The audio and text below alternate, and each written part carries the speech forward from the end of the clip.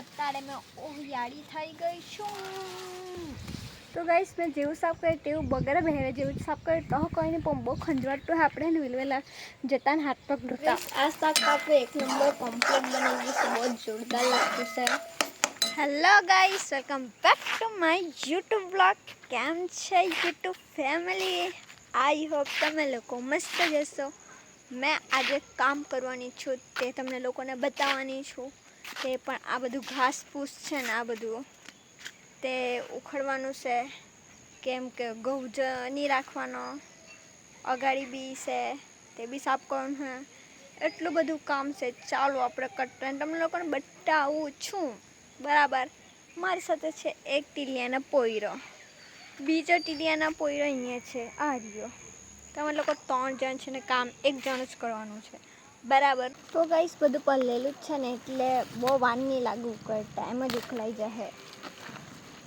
તો બહુ જમા કામ કરી દેતા. પછી મારા પપ્પા મને ખીજવાતા હતા, તું તો ઘરે રહી રહીને કોઈ કામ જ નથી કરતી એમ. બિલ્લા, એ બિલ્લે તું શું કામ કરવા લાગવા આવેલો છે મને? હે બિલ્લે છે સર એમ ઉકળવા લાગની રે પુટલા. એ પૂટું શું તુવડે બહાર રોપેલા હતા તેની એકદમ તો સારી વાત છે. સાચી જ વાત છે, સાચી જ વાત બધી.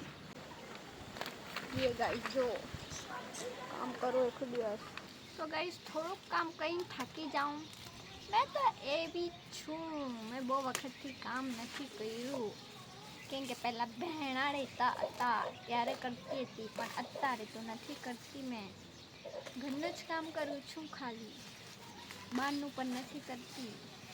અત્યારે મેં ઓહિયાળી થઈ ગઈ છું. આ બધું સાફ કરવાનું છે, બધું જ. પેલી બાજુ તો મેં બતાવી દીધું, તો આ બાજુનું પણ કરવું પડશે.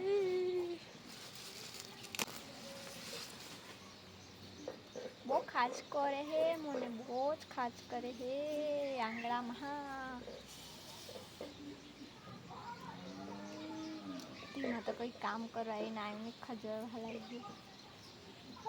काम करे है टिकले तुम अच्छा है तो हाँ ઉઠીને જતી ને એટલી બધી તરી લાગી જ આવી છે, પણ શું કરે ગઈશ મારો વ્લોગ બનાવવાનો છે ને કે ચારું ખરવાઈ છે યે, પણ હાથીને કરવાનું કેમ કે આવવામાં કંઈ હોય પણ શકે ને એટલે બરાબર ગાઈસ. તો પડલેલું છે ને એટલે નહીં વાર લાગે, પછી હુખવાય ને દાટલીથી બહુ વાર લાગે. તે પાછી મેં કટરી કેમ કે પપ્પા પર દવા લખાઈ દઈ તે સારું પડે. તો ગાઈસ ઉખલતું મને લાગ્યું કે વાત કરવી જરૂરી છે.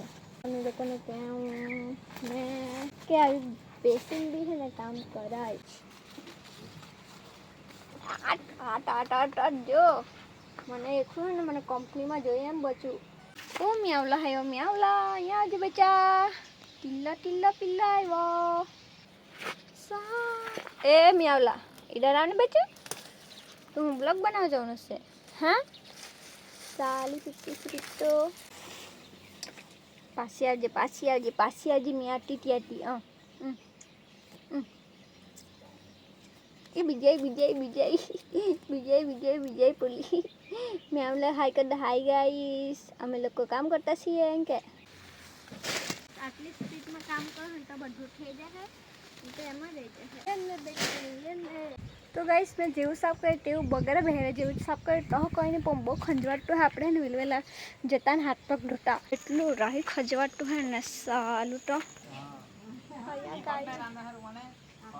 બટકા મને તો બહુ જ ખાટ કરતું આંગળામાં.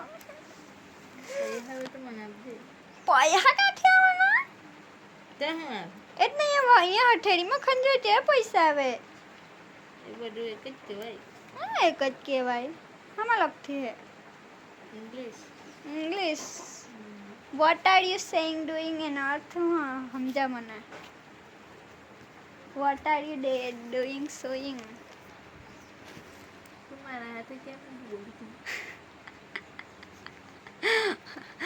બારમાના ટોપર સમજાવતા જોયું કે ગાઈસ ચીક દાલ બનાવવા માટે મેં કર્યું છે કાંદા કાપ્યા છે. રાઈ જીરાનો વઘાર કરીને કાંદા નાખી દેવાના છે. થોડાક એમ કાચા કાચા રહેવા દેવાના, એટલે લાલ લાલ થાય ત્યાં સુધી. પછી આમાં આપણે ચટણી નાખશું, તે પણ લાલ મરચાંની, ધાણા પાવડર, શાક મસાલો, મરચાંની ભૂખી, હળદર. આ પાછા આપણે મિક્સ કરી દઈશું. આ થોડોક હજુ આપણે ચૂરાવી દઈશું. પછી એના ઉપરથી આપણે ચીક દાળ નાખીશું. આપણે ચોખ્ખા પાણીમાં એકવાર હજી ધોઈ દેવાની, પછી નાખશું. આ થઈ ગયું છે. એના પછી આપણે ચીક દાળ નાખીશું. બરાબર, ચીક દાળ નાખાઈ જાય એટલે પાછું આપણે મિક્સ કરીશું. અને આપણે આને ચૂરવવાનું છે પાણીમાં. તો પહેલાં આપણે પાણી નાખીશું, પછી ઉપરથી મીઠું નાખીશું. તો મેં આને ફૂલ પાણી કરી દીધું છે અને ફૂલ ગેસ પર ઉકળી જાય ત્યાં સુધી રાખા ને પછી ઉકળી જાય પછી ધીરું કરીને આપણે અડધાથી પોણા કલાક સુધી ચૂરવા દઈશું. બરાબર ગાઈસ, આ ઉકળી ગયું છે તો આપણે એના પર ડીશ મૂકી દઈશું. તો ગાઈસ, શાક થોડુંક ઓછું જ છે તો આપણે એક્સ્ટ્રા બનાવવાનું છે ભીંડા. તે પણ કઈ રીતે બનાવશું? તે પણ 2 ફાળચા કરીને જ બનાવી દેમ. મસ્ત બનાવવા, પણ થોડોક બારીક કાઢા. મને એવા જ ગમે, પપ્પાને નહીં ગમે, મને ગમે એવા. ને કેટલાક બનાવવા 16-17 એટલાક જ બની જાય. એટલે આપણે હજી તો લૂછવાનું બાકી જ છે. તો લૂછીને પછી કાપું ત્યારે બતાવું તમને લોકોને. આટલા ભીંડા બનાવવાની છો ને અહીંયા ડીચાને એવા રાખેલા હે ને કાપવાને કઈ રીતે હે બતાવને. લઈને આ રીતે 2 ફાળચા કરવાના હે. ફાળચા જ કરતી બસ બસ આટલા આવું જ કરીને બનાવવાનું છે. ગાઈસ, રાઈ જીરામાં પાછા વઘાર કરી દીધો છે આપણે ભીંડા. બરાબર, એને પણ થોડાક આપણે કાળા કાળા થવા દેશું. પછી આપણે મસાલો નાખશું. તો ગાઈસ, થોડાક કાળા કાળા જેવું થઈ ગયા છે અને મેં મીઠું તો ક્યારનું નાખી દીધું. તો આપણે નાખવાનું છે હળદર, મરચાંની ભૂખી, શાક મસાલો, ધાણા પાવડર. પછી આપણે મસ્ત મિક્સ કરી દઈશું. બાજુના ગેસ પર આપણે મૂકેલું છે આપણું ચીક દાળ, જે બની જ જવા થઈ છે. એને પણ એકવાર આપણે આ ચમચાથી ચાલી દઈશું. રસાવાળી રાખવાની છે. બની ગઈ છે એટલે આપણે આ બની ગયું છે. એને એકવાર ચાખી લઈશું એટલે પછી ખબર પડશે. ગાઈસ, આ શાક આપણે 1 નંબર કમ્પ્લીટ બની ગયું છે. બહુ જ જોરદાર લાગતું છે. તો આ ગેસ બંધ કરી દઈશું ને આ બની ગયું આપણું. આ પણ આપણું રેડી જ છે, પણ બની જ ગયું છે. એને પણ હવે આપણે ઉતારી દઈશું. એટલે આપણી રસોઈ થઈ જાય છે કમ્પ્લીટ. તો બાય બાય. આપણે કાલે નેક્સ્ટ વ્લોગમાં મળશે. થેન્ક યુ સો મચ આટલો બધો સપોર્ટ કરવા માટે. Love you. Bye bye guys.